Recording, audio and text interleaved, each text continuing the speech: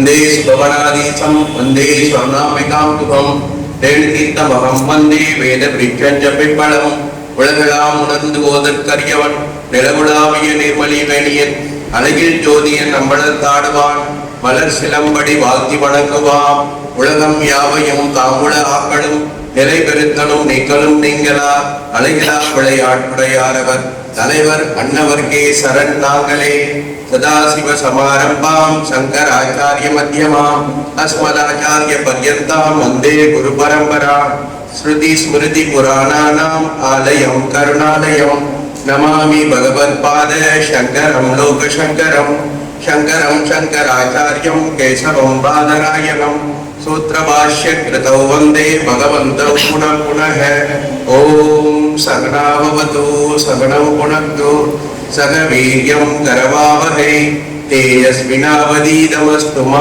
विद्विषावहैः ओम शांति शांति शांतिः हरिः ओम श्री गुरुभ्यो नमः हरिः ओम இந்த சிறிய விழாவினை சிறப்பாக தலைமையிட்டு நடத்தி கொண்டிருக்கக்கூடிய போற்றுதலுக்குரிய சேலம் ராமகிருஷ்ணா மிஷன் ஆசிரமத்தினுடைய செயலாளர் சுவாமிஜி அவர்களுக்கும் கொடைக்கானல் சின்மயாவினுடைய ஆச்சாரியர் சுவாமி அவர்களுக்கும் இந்த நிகழ்வினை மாதந்தோறும் சிறப்பாக ஏற்பாடு செய்து கொண்டிருக்கக்கூடிய நண்பர் காசி விஸ்வநாத் அவர்களுக்கும் அவருக்கு உறுதுணையாக இருந்து எங்களை எல்லாம் வழிநடத்தி கொண்டிருக்கக்கூடிய புலவர் ஐயா அவர்களுக்கும் மதுரையிலிருந்து இங்கே எழுந்தருளி விஸ்வாமித்திரர் பற்றி விரிவான செய்தியை நமக்கு வழங்குவதற்காக வருகை வந்திருக்கக்கூடிய சகோதரி அவர்களுக்கும் நிகழ்ச்சியை நெறிப்படுத்திக் கொண்டிருக்கக்கூடிய அம்மா பாரதி அவர்களுக்கும் திரளாக இங்கே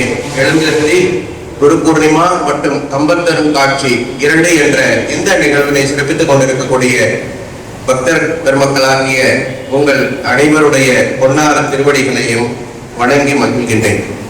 பாரத தேசத்தினுடைய உயிர் நாடி வேதங்கள், பாரத நாட்டினுடைய உயிர் நாடி வேதங்கள். இந்த வேதங்களை மையமாக கொண்ட மதமே சனாதன தர்மம். அந்த வேதத்தை மையமாக கொண்டு இருக்கின்ற காரணத்தினால்தான் நம்முடைய இந்து மதமாகிய சனாதன தர்மத்தை நாம் வைதிக தர்மம் என்று கூறுகின்றோம். அப்போ எல்லாத்துக்கும் அடிப்படை வேதங்கள் அப்படிங்கிறது நமக்கு தெரிகின்றது. அப்போ வேதங்கள் என்றால் என்ன, அந்த வேதங்களை இயற்றியவர்கள் யார் அப்படிங்கிற கேள்வி நம் எல்லோரும் முன்னோடனே எழுவது இயல்புதான். உண்மையில் பார்த்தால் இந்த வேதங்கள் யாரோ ஒருவரால் எழுதப்பட்டது கிடையாது. இந்த வேதங்கள் எல்லாம் சப்த வடிவங்களாக இந்த பிரபஞ்சத்திலே சுழன்று கொண்டு நம்மை காத்து கொண்டிருந்தன. ரிஷிகள் முனிவர்கள் போன்றவர்கள் எல்லோரும் தங்களுடைய தபோபலத்தினால் அந்த வேத மந்திரங்களை கண்டு தங்களது சிஷ்யர்களுக்கு உபதேசித்தார்கள். இந்த மனிதர்களால் எழுதப்படாதது என்ற காரணத்தினால்தான் வேதங்களை அபௌருஷமேயம் அப்படின்னு சொல்றோம். அபௌருஷமேயம் அப்படின்னு நாம சொல்றோம். இந்த மாதிரி ரிஷிகள் தாங்கள் கண்டறிந்த அதான் வேதத்துக்கு ஸ்ரஷ்டா கிடையாது, திரஷ்டா தான். வேத திரஷ்டா அப்படின்னு தான் நாம சொல்றோம். அந்த வேதங்களை சிஷ்யர்கள் மூலமாக குருமார்கள் எல்லோருக்கும் தெரிவித்தார்கள். செவி வழியாக குரு சிஷ்யர், திருமண சிஷ்யன் குருவாவார், அவர் தன்னுடைய சிஷ்யனுக்கு சொல்லி தருவார். இந்த மாதிரி செவியால் கேட்கப்பட்டு காலம் காலமாக காக்கப்பட்டு வந்த காரணத்தினால்தான் இந்த வேதங்களை ஸ்ருதி என்றும் கூறுகின்றோம். தமிழிலே வேதங்களை நாம எழுதா கிழவி என்று நாம் கூறுகின்றோம். ஆக இந்த வேதங்கள் அப்படிங்கிறது இறைவனுடைய மூச்சு காற்று அப்படின்னு சொல்றாங்க. இதுக்கு எங்க பிரமாணம் இருக்கு அப்படின்னாக்கா, எஸ்ய நிஸ்வசிதம் வேதாஹா அப்படின்னு நம்ம சாஸ்திரங்கள் சொல்கின்றது. எப்படி இறைவனுக்கு அழிவில்லையோ அதே போல அந்த இறைவனுடைய மூச்சு காற்றாக நிகழக்கூடிய அந்த வேதங்களுக்கும் அழிவே கிடையாது. இவ்வாறு ரிஷிகளால் கண்டறிந்து நமக்கு வழங்கப்பட்ட அந்த வேத மந்திரங்கள் எண்ணற்றவையாக இருந்தன. அது அங்கும் இங்குமாக சிதறி கிடந்தன. அந்த வேத மந்திரங்களை பயன்படுத்துவதில் நடைமுறை சிக்கல்கள் இருந்தன.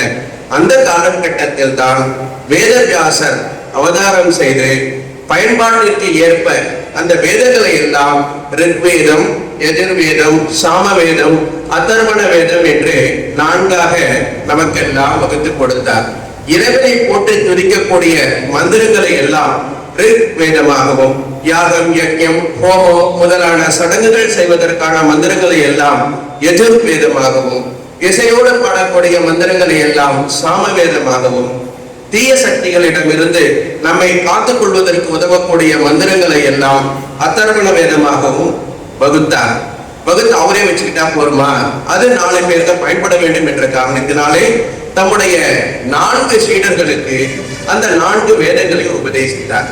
ரிக்வேதத்தை பைனரி ஷீட்டை கொடுத்தார், எதிர்வேதத்தை வைசம்பாயனருக்கு கொடுத்தார். அடுத்தபடியாக வரக்கூடிய சாம வேதத்தை வைசம்பாயனர், 3வது ஜெய்மினி, அந்த சாம வேதத்தை ஜெய்மினிகிட்ட கொடுக்கிறார். அடுத்தது அதர்வண வேதத்தை சுமந்து இவர்கிட்ட கொடுக்கிறார். கொடுத்ததோடு மட்டுமல்லாமல் அவர்களை இந்த நாலாபுரமும் சென்று அந்த வேதங்களை பரப்பக்கூடிய பொறுப்பையும் அவருக்கு கொடுக்கிறார்.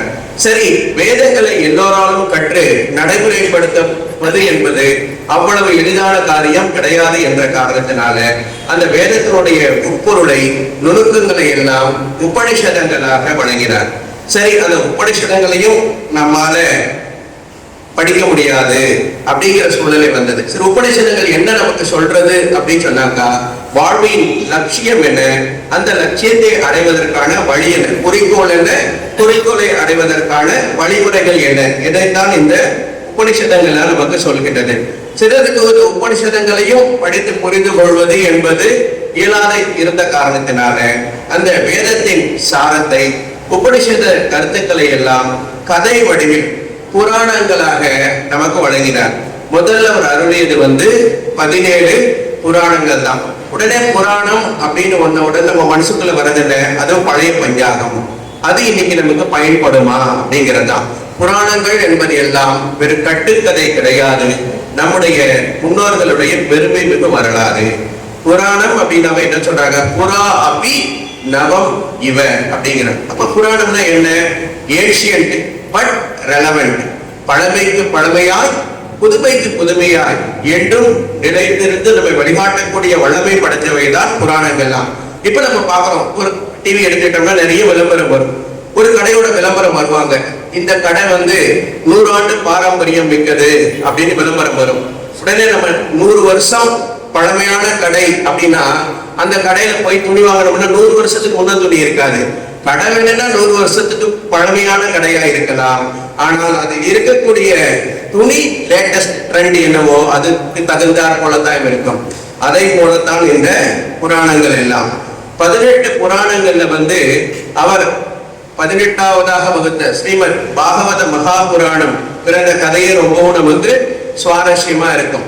இப்போ வியாசர் வந்தார், வேதங்களை 4ஆக வகுத்தார், அதற்கு விளக்கமாக உபநிஷதங்களை கொடுத்தார்.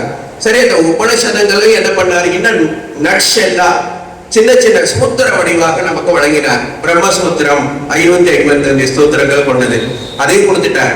அதுக்கப்புறம் 17 புராணங்கள். அதுக்கும் அடுத்து என்னாச்சு, மகாபாரதம். இந்த மகாபாரதத்துல என்னுடைய சிறப்பு என்ன அப்படின்னா, உலகத்துல இருக்க எல்லாமே மகாபாரதத்துல இருக்கும். மகாபாரதத்துல ஒண்ணு இல்லை என்றால் அது உலகத்திலேயே இல்லை அப்படிங்கிற அளவுக்கு சிறப்பு. அந்த மகாபாரதத்துக்கு இன்னொரு பெருமை என்னன்னா, 5000 ஆண்டுகளுக்கு முன்பு எழுதப்பட்ட அந்த மகாபாரதம் 1,00,000 ஸ்லோகங்கள் கொண்டது. இன்னைக்கு வரைக்கும் அதை யாருமே பீட் பண்றதுக்கு ஆள் கிடையாது. உலகத்திலே மிக மிக மிக நீளமான காப்பியம் அப்படின்னாக்கா இந்த மகாபாரதம் தான். அதுக்கு அடுத்தபடியா வர்றது நம்முடைய கந்த புராணம், அது 1,00,000 ஸ்லோகங்களை கொண்டது. இவ்வளவு எழுதிட்டாரு, இதுக்கு மேல என்ன செய்யணும்? இருந்தாலும் அந்த வியாசருடைய மனசுக்குள்ளார ஏதோ ஒண்ணு நம்ம விட்டுட்ட மாதிரி இருக்குது அப்படின்னு ஒரு மனக்குறை அவரை ஆட்டுவித்துக் கொண்டே இருந்தது. ரொம்ப சோகமா இருந்தார். அந்த தருணம் பார்த்து நாரத மகரிஷி அந்த பக்கமா வர்றார். வியாசரை பார்த்து கேட்கிறார், உங்களை விட பெரிய சாதனையாளர் இந்த உலகத்துல யாருமே இருக்க முடியாது, உங்களுக்கு சந்தோஷத்துக்கு குறைவு எப்படி ஏற்பட்டதுன்னு கேட்கும் பொழுது இந்த விவரத்தை சொல்றார். நீங்க சொல்றதெல்லாம் வாஸ்தவம் தான், ஆனாலுமே கூட இவர் கேட்கிறார், நாரதர் அவரை பார்த்து கேட்கிறார், இந்த உலகத்திலே உங்களை போன்ற சாதனையாளர்கள் யாருமே கிடையாது சொல்றார். வேதங்களை எல்லாம் நீங்கள் வகுத்து தந்தீங்க, ரொம்ப சந்தோஷம்தான். வேதாந்தங்களையும் விளக்கினீர்கள், ரொம்ப நல்லது. அடுத்தது பாத்தீங்கன்னா வேதாந்த கருத்துக்களை எல்லாம் சூத்திர வடிவத்தில் பிரம்மசூத்திரமாக கொடுத்தீர்கள். வாழ்வியல் தேவைகளை நிறைவு செய்வதற்கு ஒரே கையேடாக மகாபாரதத்தையும் கொடுத்தீர்கள். இருந்தாலும் கூட இந்த 4 வகை புருஷார்த்தம் அப்படின்னு சொல்லுவோம், அது தர்மம், அர்த்தம், காமம், மோட்சம், அறம், பொருள், இன்பம், வீடு. இந்த 4ல அறம், பொருள், இன்பத்தை பத்தி ரொம்ப அழகா சொல்லிட்டீங்க. ஆனா 4வதாக வரக்கூடிய இந்த வீடு பெற்றை அடைவதற்கு, அந்த இறைவனை நாம் அடைவதற்கு, இறைவனிடம் பக்தி செய்வதற்கு, இறைவனுடைய அந்த கல்யாண குணங்களை எல்லாம் ஒருவர் எளிமையாக புரிந்து கொள்வதற்கு ஏற்றார் போல ஒரு கிரந்தத்தை நீங்க பண்ணுங்க அப்படின்னு சொல்லி சொன்னார். அதுவும் யாரை பற்றி பண்ணணும்னு சொல்றாங்க, ஸ்ரீமன் நாராயணனுடைய அவதாரங்களை செய்யுங்கள். அதுவும் குறிப்பாக அதுல வரக்கூடிய கிருஷ்ணாவதாரம், அந்த கிருஷ்ணனுடைய அவதாரம், கிருஷ்ணனுடைய லீலைகளை பிரதானமாக வைத்து ஒரு புராணத்தை செய்யுங்கள் அப்படின்னு சொல்லி சொன்னார். அதுக்கப்புறம் தான் வேதவியாசர் இந்த கிருஷ்ணர் அவதாரத்தை மையமாக வைத்து ஸ்ரீமத் பாகவதத்தை இயற்றுகிறார். அதுதான் 18வது புராணம். மற்றதெல்லாம் புராணம். இந்த ஸ்ரீமத் பாகவதத்தை தான் நம்ம என்ன சொல்றோம், மகா புராணம் அப்படின்னு சொல்றோம். இந்த புராணத்தை எழுதிய உடனேயே அந்த வியாச பகவானுடைய அந்த மனக்குறை தீர்ந்தது. நம்ம பார்த்தோம்னாக்கா ஒருத்தர் காலேஜில் ப்ரொஃபஸரா இருப்பார், அவரை கொண்டு போய் ஹைஸ்கூல்ல பாடம் நடத்தினா அவரால் முடியாது. ஒரு ஹையர் செகண்டரி வாத்தியாரை கொண்டு போய் எல்கேஜி பையனுக்கு பாடம் சொல்லி கொடுத்தா தடுமாறுவார். ஒரு ஸ்கூல் டீச்சரை போய் பிஹெச்டி ஸ்காலருக்கு கைட் பண்ணுங்க அப்படின்னா நிச்சயம் இயலாத காரியம். ஆனா வேதவியாசர் கிட்ட இருக்கக்கூடிய ஒரு மிகப்பெரிய தனிச்சிறப்பு என்னன்னா, எல்கேஜி மாணவனாக இருந்தாலும் சரி, பள்ளி மாணவனாக இருந்தாலும் சரி, அவன் பிஏ, பிஎஸ்சி, எம்ஏ, எம்எஸ்சி படிக்கக்கூடிய கல்லூரி மாணவனாக இருந்தாலும் சரி, ஆய்வு மாணவனாக இருந்தாலும் சரி, யாராக இருந்தாலும் சரி, அவரவர் நிலைக்கு ஏற்ற கிரந்தங்களை அவர்களுக்கு வழங்கி அவர்கள் இந்த உலகில் உய்வதற்கும் வளர்வதற்கும் அவர் எல்லா வகையிலும் அதில் இருக்கின்றார். இதுதான் நம்ம வேதம் வகுத்த முனிவர் வியாசர் அவர்களுடைய தனிச்சிறப்பு அப்படின்னு சொல்லலாம். அடுத்தது பார்த்தோம்னாக்கா இந்த மகாபாரதத்தை பத்தி நம்ம சொல்லும் போது சொன்னோம், அந்த மகாபாரதம் நம்ம வாழ்க்கைக்கான ஒரு கையேடு. அது 1,00,000க்கும் மேற்பட்ட ஸ்லோகங்கள் இருக்கு அப்படின்னு சொன்னோம். எப்படி இந்த ஸ்ரீமத் பாகவத புராணம் பிறந்ததுக்கு ஒரு சுவாரஸ்யமான நிகழ்ச்சி இருக்கின்றதோ, அதே போல இந்த மகாபாரதம் எழுதப்பட்ட விதமும் ஒரு சுவாரஸ்யமான நிகழ்ச்சி தான். இவர் என்ன பண்ணார், இது மாதிரி மக்களுக்கு நிறைய புத்தகங்களை படிக்கிறதுக்கு நேரம் இருக்காது, எல்லா விஷயங்களையும் ஒரே புத்தகமா கொடுத்துடணும் அப்படின்னு மனசுக்குள்ளார மகாபாரதம் எழுதணும்னு முடிவு பண்ணிட்டார். மகாபாரதத்துல என்னென்ன விஷயங்களை கொண்டு வரணும்னு முடிவு பண்ணிட்டார். இப்போ ரெடி டு ரிலீஸ். ஆனா என்ன வந்தாச்சு அவருக்கு, நான் ஒருத்தனே இதை உட்கார்ந்து சொல்லி எழுதிட்டு இருந்தா ரொம்ப நாள் ஆகும், ஒரு உதவியாளர் இருந்தாக்கா சீக்கிரமா இதை வெளியிடலாம் அப்படிங்கிற எண்ணம் அவருக்கு வந்தது. உடனே பிரம்மாஜிட்ட போய் அவர் கேட்டார், சுவாமி இந்த மாதிரி நான் ஒரு பெரிய இதிகாசம் அப்படின்னா என்ன அர்த்தம், இதிஹாசம், இது இவ்வாறு கட்டாயமாக நடந்தது வரலாறு, அதுதான் இதிகாசம். அந்த மகாபாரதம்னு ஒரு இதிகாசம் படைக்கலான்னு இருக்கேன், அதற்கு நான் எழுதுறதுக்கு ஒரு நல்ல உதவியாளர் வேணும் அப்படின்னு சொல்லி கேட்கிறார். அப்ப பிரம்மாஜி சொல்றார், நீ ஒன்றும் கவலைப்படாத, விநாயக பெருமான்கிட்ட போய் பிரார்த்தனை பண்ண அவருக்கு வேண்டியதை செய்வார் அப்படின்னு சொல்லி சொல்றார். அவரும் நேரம் விநாயகர் பெருமானை பிரார்த்தனை பண்றார். விநாயகரும் வர்றார், தன்னுடைய உள்ளத்து கிடக்கை அவருக்கு வெளிப்படுத்துகின்றார். விநாயகர் சொல்றார், இதுல ஒன்றும் பிரச்சனை இல்லை, நானே உங்களுக்கு நீங்க சொல்ல பாரதத்தை எழுதுகின்றேன். ஆனால் ஒரு நிபந்தனை, நான் எழுதக்கூடிய வேகத்திற்கு தொடர்ச்சியாக நீங்கள் அந்த ஸ்லோகங்களை சொல்லிக் கொண்டே வர வேண்டும். இடையிலே நீங்கள் நிறுத்தினால் நான் எழுந்து போய் விடுவேன். இந்த டீலுக்கு நீங்க ஓகேன்னா நான் ரெடி அப்படின்னு சொல்லி விநாயகர் சொல்றார். இவர் வியாசர், சரி நீங்க சொல்வதை நிபந்தனையை நான் ஏற்றுக்கொள்கின்றேன் சொல்லிட்டு பதிலுக்கு இவர் ஒரு நிபந்தனையை போடுறார். நான் சொல்லக்கூடிய ஸ்லோகங்களை எல்லாவற்றையும் அப்படியே இயந்திரத்தனமாக மெக்கானிக்கலா நீங்க எழுதக்கூடாது, அந்த ஸ்லோகங்களுடைய பொருளை நீங்கள் புரிந்து கொண்டுதான் எழுத வேண்டும் அப்படின்னு சொல்றார். அதற்கும் சரி சொல்லுறார். சரி, இப்போ வியாசர் சொல்ல விநாயகர் பெருமான் அந்த பாரதத்தை எழுதுறார். எப்பெல்லாம் கொஞ்ச நேரம் அப்படி ஆஸ்வாசப்படுத்திக்கணும் அல்லது அடுத்த டாபிக்கை பத்தி யோசிக்கணும் அப்படின்னு வியாசனுக்கு தோன்றுகின்றதோ அப்பொழுதெல்லாம் என்ன பண்ணுவார்னா கடினமான அர்த்தங்களை உள்ளடக்கிய அந்த ஸ்லோகங்களை வேதவியாசர் சொல்லுவார். அப்ப என்ன பண்ணுவார், அந்த அர்த்தத்தை புரிஞ்சுக்கிறதுக்கு ஒரு சின்ன பாஸ் அந்த விநாயகர் எடுத்துக்குவார். அதுக்குள்ளார இவர் ஓய்வு எடுத்துக்குவாரு, அடுத்த தலைப்பை பத்தி யோசிக்கவும் செய்திருவார். இந்த மாதிரி ஸ்லோகங்களை தான் நம்ம பகவத்கீதையில பாரதத்துல எல்லாத்திலையும் பார்த்தோம்னாக்க கிரந்தி முடிச்சு ஸ்லோகங்கள் அப்படின்னு நாம சொல்றத பார்க்கிறோம். இந்த மாதிரி மகாபாரதம் பிறந்த கதையும் நமக்கு ரொம்ப சுவாரஸ்யமானதாக இருக்கின்றது. இப்படியா என்ன பண்றார், வியாசருடைய அருளிய மகாபாரதம் அப்படிங்கிறது வெறும் கௌரவர் பாண்டவர் அவர்களுடைய பங்காளி பிரச்சனை கிடையாது. இன்னைக்கு இருக்கக்கூடிய 5000 வருஷத்துக்கு முன்னாடி எழுதப்பட்டாலும் கூட இன்றைய சூழ்நிலைக்கும் அது நடைமுறையில் பயன் தரக்கூடிய வகையாகத்தான் பாரதம் இருக்கு. கதை நம்ம எல்லாருக்கும் தெரியும். இன்னைக்கு நம்ம பாக்குறோம் ஆந்தாரி ஒரு பொருட்டாவே மதிச்சது கிடையாது. ஆனா பாண்டவர்கள் பக்கம் நம்ம பாக்குறோம் பாருங்க, அந்த எந்த ஒரு விஷயமானாலும் குந்தியிடம் ஆலோசிக்காம செய்ய மாட்டாங்க. திரௌபதியுடைய பேச்சுக்கும் அவர்கள் மதிப்பளிப்பாங்க. அங்கே விமன் எம்பவர்மெண்ட்டை பாக்குறோம். அந்த மாதிரி அடுத்தது பார்த்தோம்னா குவாலிட்டி ஓவர் குவான்டிட்டி சொல்லுவோம். தரமா அளவா அப்படிங்கும் பொழுது தரம். இத கிருஷ்ணர்கிட்ட அந்த படையை வாங்க துரோணரும் அர்ஜுனனும் போன நிகழ்ச்சியை பார்த்து நாம தெரிஞ்சுக்கலாம். இந்த மாதிரி 5000 ஆண்டுகளுக்கு முன்பு எழுதினாலும் கூட நாம் இந்த மகாபாரதத்தை வெறும் கதையாக பார்க்காமல் அந்த கருத்துக்களை நாம் எடுத்துக்கொள்கின்ற பொழுது இன்னைக்கும் எல்லா வகையிலும் அது நமக்கு உதவியாக இருப்பதை பார்க்கிறோம். அடுத்தது பாத்தீங்கன்னா வியாசர் மகாபாரதத்தை எழுதியதோடு மட்டுமல்லாமல் அந்த மகாபாரதத்துல ஒரு கேரக்டர் பாத்திரமாக ஒரு வர்றார். நிறைய இடங்கள்ல வருவார், நிறைய ஆலோசனைகள் சொல்வார். 2 இடங்களை மட்டும் நாம இங்க இப்போ பார்க்கலாம். இப்போ காட்டுக்கு தர்மர் தன் தம்பீர் திரௌபதியோட போயிடுறார். விருப்பப்பட்டுதான் போறார். இருந்தாலும் கூட ஏதோ ஒரு காலகட்டத்துல அவர் மனசுக்குள்ளார ரொம்ப சங்கடம் ஆயிடுது. என்ன நம்ம வாழ்க்கை இப்படி ஆகி போச்சு, நாம போய் இந்த காட்டுல இப்படி இருக்கிற மாதிரி நிலமாகிடுச்சு அப்படின்னு வருத்தப்படுறார். அந்த காலகட்டத்துல வியாசர் அங்க வர்றார். வியாசர் அவருக்கு சொல்றார், அறிவுரை எல்லாம் சொன்னதோட மட்டுமல்லாமல் அவருக்கு நல தமயத்தினுடைய வரலாற்றை எடுத்து சொல்றார். அடுத்தது பாத்தீங்கன்னா ஹரிச்சந்திரனுடைய வரலாற்றை எடுத்து சொல்றார். இவங்களை விடவாப்பா உன்னுடைய கஷ்டம் பெரிய கஷ்டம், உன் கஷ்டம் எல்லாம் ஒரு கஷ்டமே கிடையாது, ஒன்றும் கவலைப்படாத, சீக்கிரமா இந்த கஷ்டங்கள் எல்லாம் அந்த சூரியன் முன்னாடி இருக்க பனி போல விலகிடும், தைரியமா சொல்லிட்டு நிறைவா ஒரு வார்த்தை சொல்றார். சத்தியவான் சாவித்திரி கதையை சொல்லி சாவித்திரி யமனையே வெற்றி கொண்டார். அப்படியெல்லாம் இருக்கும் பொழுது உன்னால சாதிக்க முடியாதாப்பா அப்படின்னு சொல்றாரு. இந்த இடத்துல நம்ம பார்க்கணும். இன்னைக்கு எல்லாருமே நம்ம என்ன பண்றோம், ஹார்ட் ஒர்க் அப்படின்னு சொல்றதெல்லாம் போய் இப்ப ஸ்மார்ட் ஒர்க், போன்ல இருந்து எல்லாமே ஸ்மார்ட் ஆயாச்சு. அந்த ஸ்மார்ட்டா ஒர்க் பண்ணாதான் நம்மளால சக்சீட் ஆக முடியும் அப்படிங்கிற சூழலை இன்னைக்கு வந்தாச்சு இந்த போட்டிகள் நிறைந்த உலகத்துல.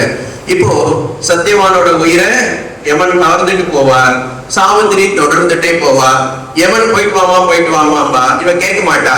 கடைசியா வேற வழியே இல்லாம யமன் என்ன சொல்வார், சரிமா உன் கணவனோட உயிரை கொடுக்க முடியாது, வேணா ஒரே ஒரு வரம் கொடுக்குறேன், அந்த வரம் கேளு, வரத்தை வாங்கிட்டு ஓடி போயிடு அப்படின்னு சொல்லுவான். சரி சுவாமி அப்படின்னு சொல்லிட்டு வரம் கேட்பா. என்ன வரம் கேட்பா அப்படின்னா, இவருடைய அப்பா மாமனார் மாமியாருக்கு வயசாயிருக்கும், மாமனாருக்கு கண்ணு தெரியாது, மாமியாருக்கு உடம்பு சரியில்லாம இருக்கும். என்ன வரம் கேட்பேன்னா, என்னுடைய மாமனார் மாமியார் எல்லாம் முழு ஆரோக்கியத்தோட அவனுடைய பேர குழந்தையோட சேர்ந்து விளையாடுறத நான் பார்க்கணும் அப்படின்பா. சரி சாமி அப்படின்னு சொல்லிட்டு அங்கே நின்றுட்டு இருப்பா. அப்ப எவன் கேட்பார், வரந்தான் கொடுத்துட்டே போக வேண்டியது தானே அப்படின்பா. நீ வர கொடுத்துட்டப்பா, என் மாமனார் மாமியார் பேர குழந்தை கூட விளையாடணும்னா சத்தியவான் வரணும் இல்ல. அப்பதான் தலையில கை வச்சு எமன் யோசிப்பார். நம்ம எல்லாம் நினைச்சிட்டு இருக்கோம் இன்னைக்குதான் பெண்கள் முன்னிலைப்படுத்தப்படுகின்றார்கள் அப்படின்னு சொல்லிட்டு. நம்ம புராண இதிகாச வரலாற்றை பார்த்தோம்னாக்கா, இப்போ கைகிலி வரலாற்றை பார்த்தாலும் சரி, அங்கே பார்த்தோம்னா சத்யபாமா வரலாற்றை பார்த்தாலும் சரி, சத்தியமான சாவித்திரி வரலாற்றை பார்த்தாலும் பெண்கள் ஆண்களை காட்டிலும் எல்லா இடங்களிலும் முன்னணியில் இருந்து சாதனைகளை படைத்த வரலாறு நாம பார்க்கிறோம். அடுத்தது பார்த்தோம்னா, இப்போ அவருக்கு ஆறுதல் சொல்லி இவருக்கு கவலைப்படாதே சொல்றாரு வியாசர். அதே போல இது அவருக்கு மட்டும் கிடையாது, நம்ம கஷ்டத்துல கபடியில சோர்ந்து போய் உட்கார்ந்து இருக்கக்கூடிய நம்ம ஒவ்வொருவருக்கும் இவருடைய இந்த அறிவுரை உதவியா இருக்கும். அடுத்து பாத்தீங்கன்னா அனுசாசன பருவத்தினுடைய இறுதி கட்டம். பீஷ்மர் இந்த உத்தராயண காலத்துக்காக காத்திருந்து உயிரை விடுற நேரம். இப்ப இந்த அனுசாசன பருவம் அப்படின்னு எடுத்துட்டோம்னாக்கா மகாபாரதத்தை முழுசும் நம்ம படிக்கலைன்னா கூட பரவாயில்லை, நாம படிக்கவே வேண்டாம், இனிமே படிச்சோம்னா போறது கிடையாது. நம்ம குழந்தைகள் எல்லாத்துக்கும் இந்த அனுசாசன பருவத்தை மட்டுமாச்சும் படிக்கிறதுக்கான வாய்ப்பை நம்ம ஏற்படுத்தி கொடுக்கணும். அனுசாசன பருவம் முழுசுமே கதைகள் தான். இப்போ தர்மர் தன்னுடைய சந்தேகங்களை கேட்பார். அந்த சந்தேகங்களுக்கெல்லாம் அம்பு படுக்கையில இருக்கக்கூடிய பீஷ்மர் பதில் சொல்லுவார். அவர் நேரடியா பதில் சொல்ல மாட்டார். என்ன சொல்லுவார்னா, இந்த மாதிரி இந்த ஊர்ல இந்த மாதிரி ஒரு நிகழ்ச்சி நடந்ததுப்பா, அந்த நிகழ்ச்சியை வச்சு இந்த கேள்விக்கு நீ பதில் தெரிஞ்சுக்கோ அப்படின்பார். எல்லாமே முழுக்க முழுக்க அனுசாசன பருவம் கதை தான். அதுல ஒரு கதை 2 கதை மட்டும் சொல்றேன். ஏன்னா சின்னதா சுருக்கமா சொன்னாக்கா அந்த குழந்தைங்களுக்கு இந்த அனுசாசன பருவத்தை முழுசும் சொல்லி கொடுத்தாவே அவங்களுக்கு வாழ்க்கையில் எதிர்படக்கூடிய சவால்களை எல்லாம் அவர்கள் எப்படி எதிர்கொள்ள வேண்டும் என்பதை காட்டக்கூடியதாக அந்த அமையும். இப்ப பார்த்தோம்னாக்கா எல்லாரும் இப்போ அன்பை பத்தி பேசுறோம், நட்பை பத்தி நாம பேசுறோம். அடுத்து கேட்கலாம், உண்மையான அன்பு அப்படின்னா தெரியாமலே அன்பை பத்தி பேசுறோம், நட்பின் மேன்மையை பத்தி பேசுறோம். அடுத்தது ஆபத்துக்கு உதவக்கூடியவனே உண்மையான நண்பன் அப்படின்னு சொல்றோம். அடுத்தது உடுக்கை இழந்தவன் கை போலே அங்கே இடுக்கன் களைவதான் நட்பு, வள்ளுவர் சொன்ன குரலை எல்லாம் நம்ம சொல்றோம். எல்லாத்துக்கும் மேல சினிமா பாட்டுலையும் மூழ்காத ஷிப்பே ஃப்ரெண்ட்ஷிப் தான் அப்படின்னெல்லாம் நாம பாடுறோம்.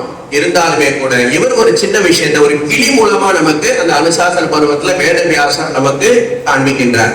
ஒரு பெரிய காடு இருக்கும், அந்த காட்டுல பாத்தீங்கன்னா நிறைய மரங்கள் இருக்கும். அதுல ஒரு பழ மரங்கள்ல நிறைய பறவைகளெல்லாம் இருக்கும், பழங்கள் நிறைய இருக்கின்ற காரணத்தினால அந்த காட்டுக்கு ஒரு மான வேட்டையாடுறதுக்காக ஒரு வேடன் வருவான். அந்த வேடன் விஷம் தடவப்பட்ட அம்ப ஒரு மான் மீது விடுவான்.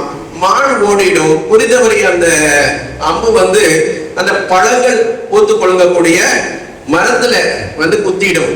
அப்போ அந்த விஷம் காரணமாக அந்த மரம் பட்டு போயிடும். இலை கிடையாது, பூ கிடையாது, காய் கிடையாது, பழம் கிடையாது. இப்ப என்ன ஆயிடும், அந்த மரத்துல அது நாள் வரைக்கும் இருந்த பறவைகள் எல்லாமே அந்த மரத்தை விட்டு போயிடும்.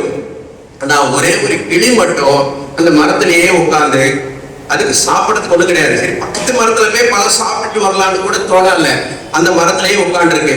அந்த வழியா தேவேந்திரன் ஏதோ ஆகாய மார்க்கமா போயிட்டு இருக்கான். எதேச்சியா அந்த மரத்தை பாக்குறான். மரத்து மேல இருக்கக்கூடிய ஒரு கிளியும் அவன் பாக்குறான். உடனே கீழே ஒரு அந்தணன் வடிவத்துல அந்த கிளியை பார்த்து கேட்கிறான், என்ன இந்த காட்டுல இவ்வளவு மரங்கள் இருக்கு, ஆனாலும் நீ போய் இந்த பட்டு போன மரத்துல உட்காந்துருக்கிய, பசிக்கலையா வாழ்க்கை அப்படின்னு சொல்லி கேட்கிறான். அப்போ அந்த கிளி சொல்லுது, இந்த மாதிரி எங்க இந்த மரம் ஒரு காலத்துல நல்ல பழங்களை பழுத்து எங்களுக்கு எல்லாம் கொடுத்தது, எங்களுடைய முன்னோர்கள் எல்லாம் இந்த மரத்தில் தான் இருந்தாங்க, என்னுடைய பெற்றோர்களும் இந்த மரத்தில் தான் இருந்தாங்க, நானும் இந்த மரம் கொடுத்த பழங்களை கொண்டுதான் இது நாள் வரை வாழ்ந்தேன். இன்னைக்கு இந்த மரம் பழம் கொடுக்கல அப்படிங்கிறதுக்கோசரம் இதை விட்டுட்டு போனா அந்த மரத்திற்கும் எனக்கும் இருக்கக்கூடிய அந்த உறவுக்கு என்ன பொருள் இருக்கின்றது அப்படின்னு சொல்லி கேட்கும். அப்போ இந்திரன் ரொம்ப சந்தோஷமாயிடுவான். சந்தோஷமாயிட்டு இந்த நேரத்துல நமக்கு இந்த மூதுரையினுடைய ஒரு பாடல் நமக்கு வரும், அற்ற குளத்து அருநீர் பறவை போல. ஓடி போகாம இந்த பறவை என்ன பண்றதுன்னா அந்த மரத்திலேயே உட்கார்ந்துருக்கு. இதனால சந்தோஷப்பட்ட அந்த இந்திரன் என்ன பண்ணுவான்னா தன்னுடைய சுய வடிவோட உனக்கு என்ன வரம் வேணும் கேட்பான். எனக்கு ஒரு வரம் வேண்டாம், இந்த மரத்தை பழைய மாதிரி பசுமையா பண்ணி கூட சொல்லுவான். உடனே என்ன பண்ணுவான் அந்த தேவேந்திரன் தன்னுடைய சில அமிர்த துளிகளை அது மேல தெளிப்பான். பழைய மாதிரி அந்த மரம் வந்துடும். இது நம்ம அன்பு அப்படிங்கிறது சும்மா வாயோட போறது கிடையாது, நட்பு அப்படிங்கிறது ஏதோ டைம் பாஸ்க்கு கிடையாது அப்படிங்கிற செய்தியை நமக்கு சொல்லக்கூடியதா இருக்கிறது. அடுத்தது பார்த்தோம்னா இன்னொரு செய்தி, நம்ம இன்னைக்கெல்லாம் பசுக்களை நம்ம பார்க்கிறோம், பசுக்களை பாதுகாக்கணும்னு சொல்றோம். நமக்கு பசு அப்படின்னு சொன்னோடனே என்ன ஞாபகத்துக்கு வர்றது? பால், தயிர், வெண்ணெய், நெய் தான். பால் கொடுக்கறது நின்று போச்சா, பசுவை கொண்டு போய் கசாப் கடையில தள்ளி விட்டு, அதுதான் இன்னைய நிலைமை. ஆனா அந்த பசுவனுடைய கோமயம், கோமூத்திரம் அதெல்லாம் வச்சு அந்த பாலை விட அதிக விலை நமக்கு கிடைக்குங்கிற விழிப்புணர்வு நமக்கு கிடையாது.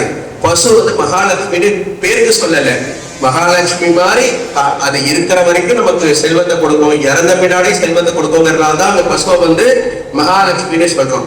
ஆகவே இந்த பசுக்களை நாம் போற்ற வேண்டும் அப்படின்னு பசுவினுடைய பெருமையை ஒரு இடத்துல சொல்றார். ஷெவனர் அப்படின்னு ஒரு மகரிஷி இருப்பார். அந்த ஷெவன மகரிஷி நீங்க இருக்கக்கூடிய பிரயாகராஜ், அந்த அலகாபாத்ல திரிவேணி சங்கமத்துல கங்கையும் யமுனையும் சந்திக்கக்கூடிய இடத்துல அந்த மூச்சு பயிற்சியின் மூலமாக தண்ணிக்கு அடியில போய் தவம் செஞ்சிட்டு இருப்பார். அந்த பகுதியில் இருக்க மீனவர்கள் எல்லாம் மீன் பிடிக்க வரும்போது பெரிய வலையை போட்டு மீனை பிடிக்கிறதுக்கு முயற்சி செய்வாங்க. அப்ப வலையை இழுக்கும் பொழுது வலையோட சேர்ந்து அந்த தண்ணிக்கு அடியில இருந்த ஷெவன மகரிஷியும் சேர்ந்து வந்துடுறார். வலைக்குள்ளார மீனை காணோம், மீனுக்கு பதிலா ரிஷி இருக்கார். ரொம்ப பயந்து போன அந்த மீனவர் தலைவன் சுவாமி கிட்ட மன்னிப்பு கேட்டுட்டு நேரா அந்த மகாராஜா கிட்ட போய் சொல்றான். அப்ப நகுஷன் அப்படிங்கிற மகாராஜா பிரயாகராஜ் பகுதியை ஆட்சி செஞ்சுக்கிட்டு இருக்கான். அவங்கிட்ட போய் இந்த மாதிரி மீன் பிடிக்கக்கூடிய வலையில ஒரு ரிஷி வந்துட்டார், அவருடைய சாபமும் கோபமும் எங்களை செய்யாமல் காக்க வேண்டியது தங்கள் பொறுப்பு அப்படின்னு சொல்லி கேட்கிறாங்க.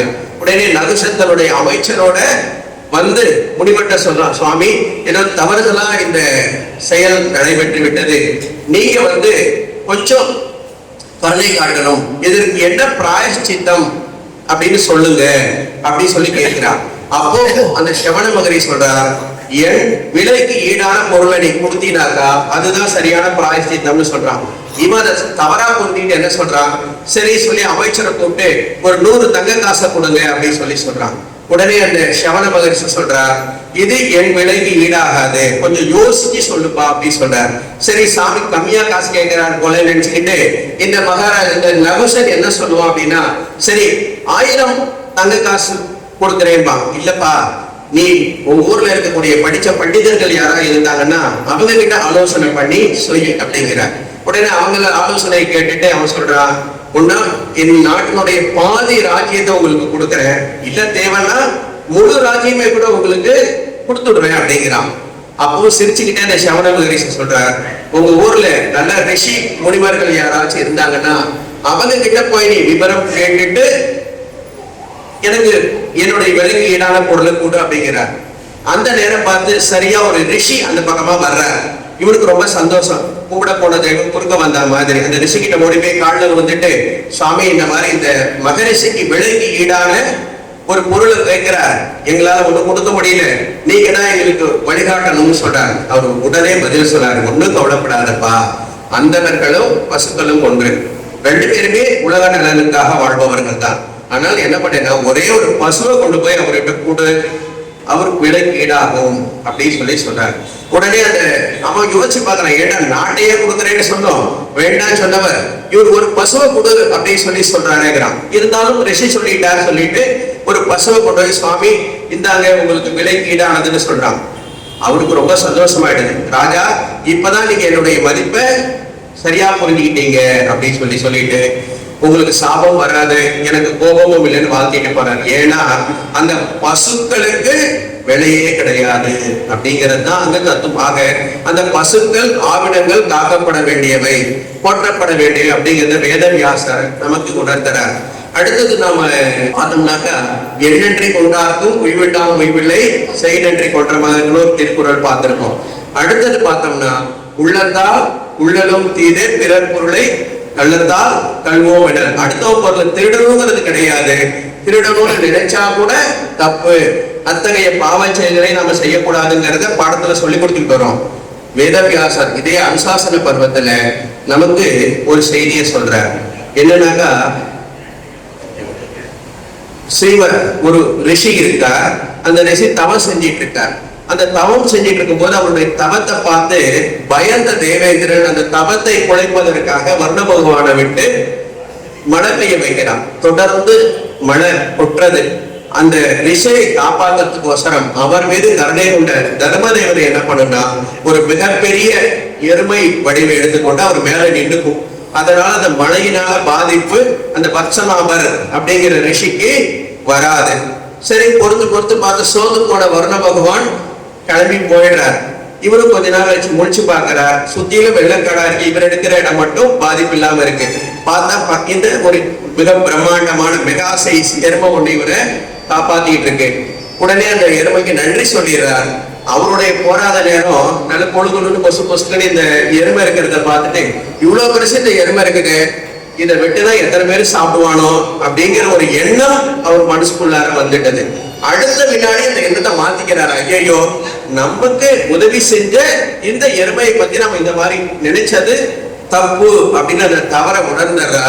தவறை உணர்ந்தாலுமே கூட நாம நினைச்சது தப்பு தான் அப்படின்னு சொல்லிட்டு இதுக்கு என்ன பிராயசித்தம்னு தர்மசாஸ்திரங்களை பார்க்கும்போது அந்த தர்மசாஸ்திரம் சொல்றது, யார் குருவுக்கு துரோகம் செஞ்சானோ, அடுத்தது செய்நன்றி கொன்றானோ, அடுத்தது நட்பை கூலியா செய்தானோ அவங்களுக்கெல்லாம் மரண தண்டனை தான் பிராயசித்தம்னு இருக்கு. பிராயசித்தமே சாவுதான். உடனே அந்த முனிவர் என்ன பண்றார், இனியும் நம்ம உயிரோட இருக்கக்கூடாது சொல்லிட்டு தவம் இருந்து உயிரோட போறார். அப்ப அந்த தர்ம தேவதையா வந்திருக்கக்கூடிய அந்த யமன் வடிவத்துல வந்திருக்கக்கூடிய தர்ம தேவதை சொல்லும், நீ உன்னுடைய தவறை உணர்ந்து விட்டாய், அதனால நீ சாகணுங்கிற அவசியம் இல்லை சொல்லி அவர் மனசு தேடிட்டு போகும். ஆக இன்னைக்கு நாம என்னெல்லாம் வேதம், இன்னைக்கு தலைப்பு என்னன்னா வேதம் வகுத்த முனிவர் வியாசர். வேதத்தை மட்டும் வகுத்து கொடுக்கல, நம்ம வளமான வாழ்க்கைக்கு நல்ல பாதை, அது ராஜ பாதை என்ற ராயல் பாத் வகுத்து கொடுத்தவரும் இந்த வேத வியாசர் அப்படிங்கிறது நிறைய இடங்களை நம்ம தெரிஞ்சாலும் மற்ற இடங்களை புரிஞ்சுக்கிறது கொஞ்சம் கஷ்டம். ஆனாலும் இந்த மகாபாரதத்துல இந்த அனுசாசன பருவத்தை நாம படிச்சோம்னாக்கா எளிதா நாம வாழ்க்கைக்கு தேவை எல்லாத்துக்கும் எடுத்துக்கலாம் அப்படிங்கறத சொல்லிட்டு அடுத்தது நாம என்ன சொல்றது, அனுசாசன பருவத்துல இறுதியில பீஷ்மர் பாம்பு படிக்கல இருக்கிறா. தட்சிணாயன புண்ணிய காலம் முடிஞ்சு இப்ப உத்தராயண புண்ணிய காலம் வந்துட்டது, உயிர் திறந்துடுறார். அப்ப பீஷ்மருக்கு வேண்டிய இறுதி கடன்களை எல்லாம் தர்மர் செஞ்சிடுறார். துக்கம் தாளாம அலறார். சோகத்தை அவரால் அடக்கவே முடியல. கிருஷ்ணர்கிட்ட போய் கேட்கிறார், சுவாமி நான் இந்த மாதிரி நாட்டை விட்டுட்டு காட்டுக்கு போறேன், எனக்கு அனுமதி கொடுங்க அப்படிங்கிறார். அந்த சமயத்திலையும் வேதவியாசர் அங்க வர்றார். யுதிஷ்டிரருக்கு ஆறுதல் மொழிகளை சொல்றார். அந்த ஆறுதல் மொழிகள் தர்மருக்கு மட்டும் சொல்லப்பட்டதாக இல்லை, நமக்கும் அது பயன்படக்கூடியதாக இருக்க வகையில அந்த ஆறுதல் மொழி அமைஞ்சிருக்கும். அடுத்தது இன்னொரு இடம் அப்படி என்னன்னு எடுத்துட்டோம்னா, அடுத்தது இப்போ இந்த பிரச்சனை எல்லாம் தீர்ந்து பட்டாபிஷேகம் பண்ணிக்கிட்டு ராஜா ஆயிடுறாரு. அப்போ அவருக்கு என்ன ஆச்சுன்னா, அந்த பழைய காலத்து சண்டையில அவரை கொண்டுமே இவனை கொண்டுமே, இந்த பாவம் என்ன பண்ணும் அந்த பாவம் என்ன பண்ணும், அந்த அனுசாசன பருவத்திலே இவருடைய எல்லா சந்தேகத்தையும் பீஷ்மர் தீர்த்துட்டார். இருந்தாலும் இந்த தர்மர் சோகமே வடிவா காட்சி தந்து உட்கார்ந்துட்டு இருக்கார். அப்போ வியாசர் மீண்டும் வர்றார். மீண்டும் இந்த ராஜ தர்மம்னா என்ன, அரசன் மக்களுக்கு என்ன செய்யணும், குற்றவாளிகளை தண்டிப்பதில் கருணையும் காட்டக்கூடாது, இப்படி எல்லா விவரங்களையும் சொல்லிட்டு இப்பெல்லாம் நம்ம என்ன சொல்றோம், ஏதாவது பிரச்சனைனா ஜோசியர் என்ன பண்றாரு, சரி கோயிலுக்கு போய் ஒரு அர்ச்சனை பண்ணிட்டு வா, இல்ல சுவாமிக்கு ஒரு அபிஷேகம் பண்ணிட்டு வா அப்படின்னு சொல்ற மாதிரி அவரு என்ன சொல்றாரு, நீ என்ன பண்றேன்னா ஒண்ணும் பண்ணாத, இந்த ராஜசூய யாகம் அஸ்வமேத யாகம் இதெல்லாம் பண்ணு, உன் மனசுக்கு நிம்மதி கிடைக்கும் அப்படின்னு சொல்றார். உடனே அதுக்கும் இந்த தர்மம் சும்மா இருக்க மாட்டேங்கிறான். ஏன் இப்பதாப்பா சண்டை எல்லாம் முடிஞ்சு கஜானாலாம் காலியா கிடக்குது, இப்ப போய் நீ இதெல்லாம் செய்ய சொல்றியா, நான் பணத்துக்கு எங்க போகட்டும் அப்படின்னு சொல்லி கேட்கிறார். அதுக்கும் அவர் என்ன சொல்றார், அந்த காலத்துல இந்த மகாபாரதத்தை பாத்தீங்கன்னா நேரடியா பதில் சொல்ல மாட்டாங்க. இவரு என்ன சொல்றார், இதுக்கு முன்ன கிருதயுகம் இருந்துச்சுப்பா, அந்த கிருதயுகத்துல மருத்தன் அப்படின்னு ஒரு மகாராஜா இருந்தான். இந்த மகாராஜாவுடைய வரலாறு சொல்லி அவன் எப்படி அந்த திரவியத்தை பொன்னை சம்பாதித்து அவனுக்கு மாதிரி பல யாகங்களை செஞ்சான், அந்த மாதிரி நீங்களும் செய் அப்படின்னு சொல்வார். இப்ப வேதவியாசர் தன்னுடைய கிரந்தங்கள் மூலமாக நமக்கு வழிகாட்டியதோடு மட்டுமல்லாமல் நேரடியாகவும் அவர் சொல்லியிருக்கார். இப்ப மீண்டும் நம்ம வேதங்கள் கிட்ட வரலாம். இப்ப நம்ம என்ன பார்த்தோம், வேதங்கள், அந்த வேதங்களுடைய வேறு வேறு வடிவங்கள் அப்படின்னு நம்ம எடுத்துக்கிட்டோம்னா தான் உபனிஷதங்கள், பிரம்மசூத்திரம், ஸ்ரீமத் பகவத்கீதை. இந்த மகாபாரதத்தினுடைய இன்னொரு சிறப்பு என்னன்னா, நமக்கு அதுக்கு உள்ளார இன்னைக்கு இருக்கக்கூடிய வாழ்க்கையை நல்லா வாழ்றதுக்கு எளிமையா வழிகாட்டக்கூடிய நூல் அப்படின்னா பகவத்கீதை தான். அது மட்டும் இல்லாமல் இறையொருளை பெறுவதற்கு நம்ம உதவக்கூடிய, இன்னைக்கு கூட காலையில பாடுறாங்க ஸ்ரீ விஷ்ணு சஹஸ்ரநாமம். பீஷ்மர் மூலம் தர்மருக்கு உபதேசப்பட்டது விஷ்ணு சஹஸ்ரநாமம். அதே போல கிருஷ்ண பரமாத்மா திருவாயினால் யுதிஷ்டிரருக்கு உபதேசம் செய்யப்பட்டதுதான் சிவசகஸ்ரநாமம். சோ இந்த விஷ்ணு சகஸ்ரநாமம், சிவசகஸ்ரநாமம் எல்லாத்தையும் உள்ளடக்கியதுதான் இந்த பாரதம். அப்போ அடுத்தது பார்த்தோம்னா நமக்கு உபனிஷதங்கள், பிரம்மசூத்திரம், ஸ்ரீமத் பகவத்கீதை, இந்த மூணு நம்ம பிரஸ்தான திரயம் அப்படின்னு சொல்றோம். இப்போ ஒவ்வொரு மதத்துக்காரங்கிட்டே உங்களுடைய வேத நூல் என்ன சொன்னா ஒரு பேரை சொல்லுவாங்க. இப்ப சனாதன தர்மமாகி நம்ம ஹிந்து தர்மத்திற்கு எது வேதம், வேத நூல்கள் அப்படின்னு சொன்னோம்னாக்கா இந்த பிரஸ்தான திரயம் தான். என்னது, உபனிஷதங்கள், பிரம்மசூத்திரம், அடுத்தது ஸ்ரீமத் பகவத்கீதை. இப்போ நம்ம ஆச்சாரியர்கள் அப்படின்னு எடுத்துக்கிட்டோம்னா பகவான் ஸ்ரீ சங்கரர், ஸ்ரீ ராமானுஜர், ஸ்ரீ மத்வர் வராங்க. இந்த 3 பேரும் 3 விதமான சம்பிரதாயங்களை மக்கள்கிட்ட கொண்டு போறாங்க. அந்த 3 பேருடைய வழிமுறைகள் வேறாக இருந்தாலும் கூட அவர்கள் ஒவ்வொருக்குமே வழிகாட்டிய பெருமைக்குரியவை இந்த பிரஸ்தானத்திரயம் தான். நம்ம சனாதன தர்மத்திற்கு அடிப்படையான நூல்கள் இந்த 3 தான் கருதுல. அந்த 3 பேருக்குமே எந்த விதமான மாற்று கருத்துமே கிடையாது. ஆக வேதவியாசர் இல்லை அப்படின்னாக்கா பிரஸ்தானத்திரயம் கிடையாது. பிரஸ்தானத்திரயம் இல்லைனாக்கா சங்கரரும் கிடையாது, ராமானுஜரும் கிடையாது, மத்வரும் கிடையாது. சரி, அன்னைக்கு இருந்த ஆச்சாரியர்கள் தான் அப்படின்னாக்கா இன்னைக்கு எடுத்துக்கிட்டோம்னா உலகெங்கும் வேதாந்த கருத்துக்களை பரப்பிய பெருமைக்கு உரியவர் சுவாமி விவேகானந்தர். அவருக்கு அடுத்தபடியா பார்த்தோம்னாக்கா சுவாமி சின்மயானந்தர். ஆக உலகெங்கும் நம்ம வேதாந்த கருத்துக்களை நடைமுறைக்கு ஏற்றார் போல எடுத்து சொல்லி சந்தேகத்துக்கு இல்லாம இடமில்லாம எல்லாரும் ஏற்றுக்கொள்ள செய்த பெருமகனார் இவங்க. அப்ப இந்த வியாசர் இல்லைன்னா இவங்க 2 பேருமே கிடையாது. முக்கியமா சனாதன தர்மம் கிடையாது, நவராத்திரி கிடையாது, சிவராத்திரி கிடையாது, இன்னைக்கு இருக்கக்கூடிய நம்ம குரு பூர்ணிமா எதுவுமே கிடையாது. ஆக அந்த வேதங்களை வகுத்த முனிவர் அந்த வேதவியாசர் தான் நம்ம சனாதன தர்மத்தினுடைய ஆதார ஸ்ருதி மூச்சாக இருந்து நம்ம எல்லாம் வழிகாட்டு வருகின்றார். ஆக குருமார்களுக்கு எல்லாம் குருமாராஜ் எனக்கூடிய வேதவியாசர். சரி, இப்ப கேட்கலாம், இந்த வேதவியாசர் யார்? இவ்வளவு சொன்னீங்க இல்லையா, இன்னைக்கு நம்ம சனாதன தர்மம் இருக்கு, ஆச்சாரியர்கள் இருக்காங்க, உலகம் பூரா நம்ம கருவூலத்தை கொண்டு போய் பரப்புனாங்க அப்படின்னு சொல்றீங்களே, அந்த வியாசர் யார் அப்படின்னு சொன்னோம்னா உடனே நமக்கு ஒரு ஸ்லோகம் ஞாபகம், வியாசாய விஷ்ணு ரூபாய விஷ்ணு ரூபாய வியாசவே அப்படின்னு வரும். இப்ப வியாசர் தான் மகாவிஷ்ணு, மகாவிஷ்ணு தான் வியாசர். ஆக ஸ்ரீமன் நாராயணனே தான் வியாசரா வந்திருக்கார் அப்படின்னு நமக்கு இங்க சொல்றது. இதுக்கு இன்னொரு இடத்துலயும் ஒரு சான்று நமக்கு இருக்கு. இப்ப வியாசனுடைய அஷ்டோத்திரம் இருக்கு. அதுல என்ன சொல்றோம்? சங்கரம் சங்கராச்சாரியம் கேசவம் பாதராயணம்னு சொல்றோம். அந்த கைலாயத்துல இருக்கக்கூடிய சங்கரனே தான் காலனியில சங்கரனா வந்தான், கேசவனே தான் பாதராயணனா வேதவியாசரா வந்திருக்கார் அப்படின்னு சொல்றோம். இன்னும் ஒரு படி மேல போனோம்னா ஸ்ரீமத் பகவத்கீதையில விபூதி யோகத்துல பார்த்தோம்னாக்க என்ன சொல்றாரு? முனினா அபி அகம் வியாசக, முனிவர்களில் நான் வியாசராக இருக்கின்றேன் அப்படி சொல்லியிருக்கார். அடுத்து இன்னொரு அப்படி என்னன்னாக்க ஸ்ரீமத் பாகவதத்துல நமக்கெல்லாம் தெரியும் மகாவிஷ்ணுடைய அவதாரம் 10 தான். ஆனா ஸ்ரீமத் பாகவதத்துல பார்த்தோம்னாக்கா மகாவிஷ்ணுடைய அவதாரங்கள் 24 அவதாரங்கள் சொல்லுவாங்க. 10 + 14. கபிலர், தத்தாத்திரேயர், நாரதர் இவங்களையும் பகவான் விஷ்ணுடைய அவதாரமாவே சொல்லுவாங்க. அந்த வகையில பார்த்தோம்னா அந்த 24 அவதாரங்கள்ல மகாவிஷ்ணுடைய 17வது அவதாரமா வரக்கூடியவர் வேதவியாசர். இத ஸ்ரீமத் பாகவத மகாபுராணத்துல முதல் ஸ்கந்தத்துல நாம தெரிஞ்சுக்கலாம் அப்படின்னு நாம பார்க்கிறோம். இப்படி பார்த்தோமே. சரி, இப்படிப்பட்ட வியாசர் நமக்கு எப்படி கிடைச்சார் அப்படின்னாக்கா வசிஷ்டருடைய பேரனும் சக்தியினுடைய மகனுமான பராசர மகரிஷிக்கும் சத்தியவதிக்கும் மகனாக இருக்கிறார். இவருக்கு இயற்பெயர் என்ன அப்படின்னாக்கா கிருஷ்ண துவைபாயனர் அப்படின்னு பேரு. கிருஷ்ணன் அப்படின்னா கருப்பு, துவைபாயனர் அப்படின்னாக்கா தீவு, நால்புறமும் நீர்களால் சூழப்பட்ட தீவு பகுதியில் பிறந்தவர் அப்படிங்கிறது. இந்த பராசரருக்கும் சத்தியவதிக்கும் யமுனை நதிக்கு இடையே இருக்கக்கூடிய ஒரு தீவில் பிறந்த காரணத்தினால இவரை கிருஷ்ண துவைபாயனர் அப்படின்னு சொல்றோம். அடுத்தது பார்த்தோம்னா வேதங்களை இவர் வகுத்து கொடுத்ததுனால, தொகுத்து கொடுத்ததுனால, வியாசம் அப்படின்னால என்னன்னா பகுத்தல், தொகுத்தல், கட்டுரை, விளக்கி கூடுதல், அதையே சுருக்கி கூடுதல், இது எல்லாத்துக்கும் பேரு வியாசம். அந்த வேதத்தை வியாசம் பண்ணி கொடுத்த காரணத்தினால, பகுத்து தொகுத்து கொடுத்த காரணத்தினால இவர் வேத வியாசர் அப்படின்னு நாம சொல்றோம். அடுத்தது பார்த்தோம்னா பாதராயணர் அப்படின்னு ஒரு பேரும் வியாச மகரிஷி இருக்கு. பத்ரிநாத்ல பதரி அப்படின்னாக்கா இழந்த பழம். அந்த இழந்த பழத்துக்கு அடியில உட்கார்ந்து இழந்த பழத்தை மட்டுமே உணவாக கொண்டு தவம் செய்த காரணத்தினால வேதவியாசருக்கு பாதராயணர் அப்படிங்கிற ஒரு பெயரை இருக்கு. இப்போ இது எல்லாம் சொன்னாலும் கூட இப்போ என்ன சொல்றோம்? வியாசர் மகாவிஷ்ணுடைய அவதாரம்னு சொல்றோம்.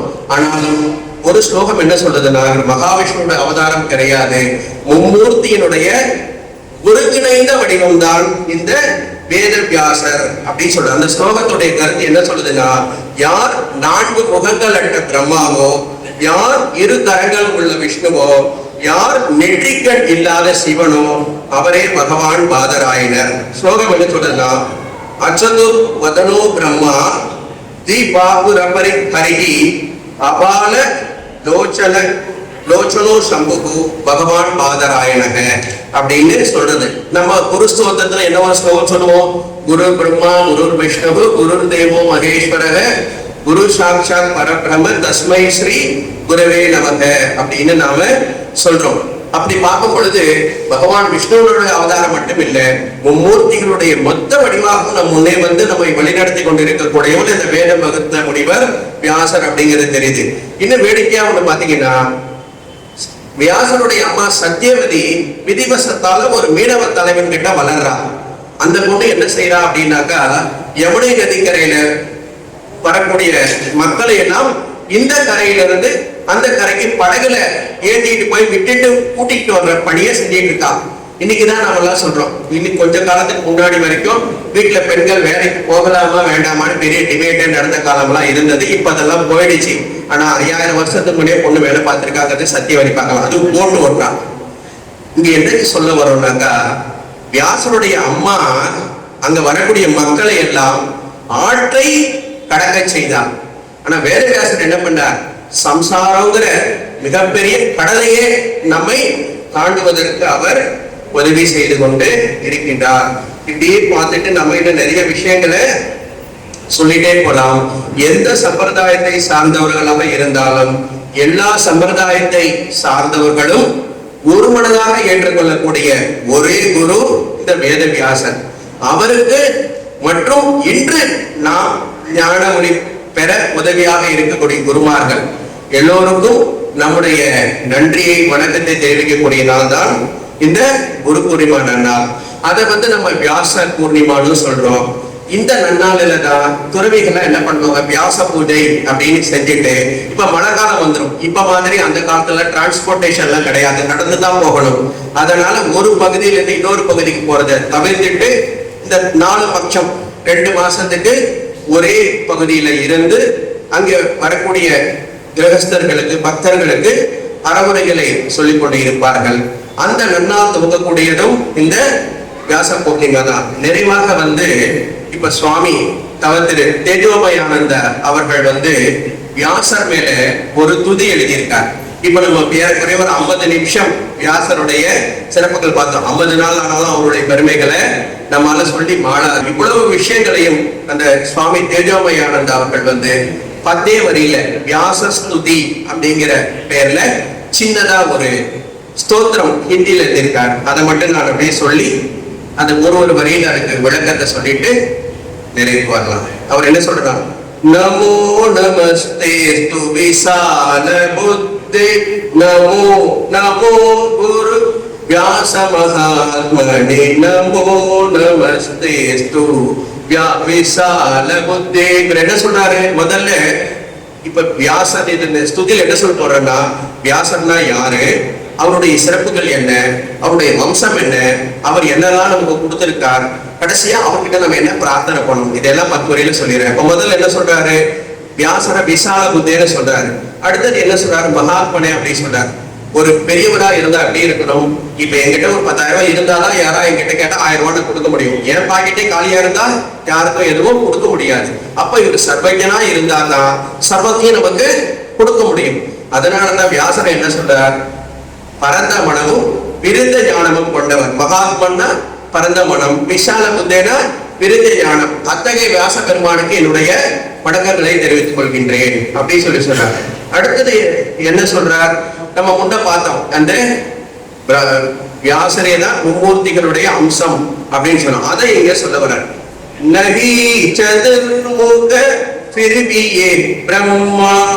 நகி சதுர்முக ஃபிர்பியே பிரம்மா. இவருக்கு 4 முகங்கள் கிடையாது, இருந்தாலும் பிரம்மா அப்படின்னு சொல்ற. பிரம்மாவுடைய தொழில் என்ன? படைக்கிறது. அவர் உயிர்களை படைக்கிறார். இவர் என்ன பண்ணார்?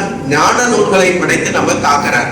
அதனால என்ன சொல்றார்? 4 முகங்கள் இல்லாவிட்டாலும் இவரை தான் என்ன சொன்னாரு? பிரம்மா அப்படின்னு சொன்னார். அடுத்தவர் என்ன சொல்றாருன்னா, நகி சதுர்புஜ ஏகை விஷ்ணுகு. இப்ப மகாவிஷ்ணுன்னா 4 கரத்தோட இருப்பார். சங்கு சக்கர கதா கமலம். 4 கரங்களோட இருந்தாதான் மகாவிஷ்ணு.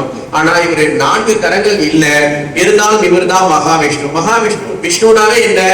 வியாபக தத்துவா விஷ்ணு. எங்கெங்கனாதபடி எங்கும் நீக்கமர எவர் நிறைந்திருக்கிறாரோ அவரை தான் நாம விஷ்ணு அப்படின்னு சொல்றோம். அவருடைய தொழில் என்ன? நம்மள காக்கிறது. இங்க என்ன பண்றார் இவர்? இந்த வேதங்களை அவர் மக்களை பாதுகாத்தார்.